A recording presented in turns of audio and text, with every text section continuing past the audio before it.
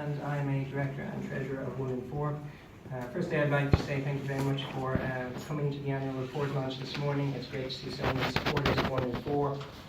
Looking at 2015 for the organisation as a whole, it was another year where we built upon our vision to provide a society in Ireland where children are safe from the threat of sexual abuse. As a board, we took the important step of adopting the governance code, which again highlights the importance that 1 in 4 places towards maximising transparency and accountability within the organisation and to its outside stakeholders. Given the number of scandals in the charity sector of late, the importance we place as a board on maintaining those high levels of corporate governance standards is something that we continue to develop and hold a very important level of importance with us.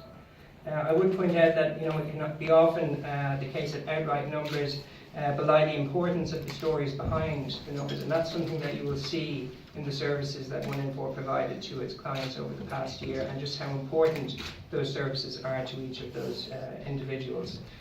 During 1 in 4, we provided over 2,500 hours of therapy to clients, to 115 adult survivors of sexual abuse and 40 families. Our advocacy team provided information and support to over 650 people that were working their way through the criminal and civil justices. That again is a very important programme for us, as is the Phoenix programme, which continues to be a core child protection strategy. That programme worked with over 38 sexual offenders, and the strength and success of that programme continues to be built upon despite the challenges to resources. On behalf of the board, I would like to once again congratulate our staff on an exemplary year.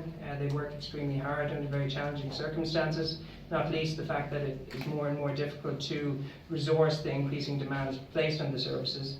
And I would also particularly like to thank our funders and our donators, both in terms of corporates and individuals who continue to allow 1 in 4 to do its important work.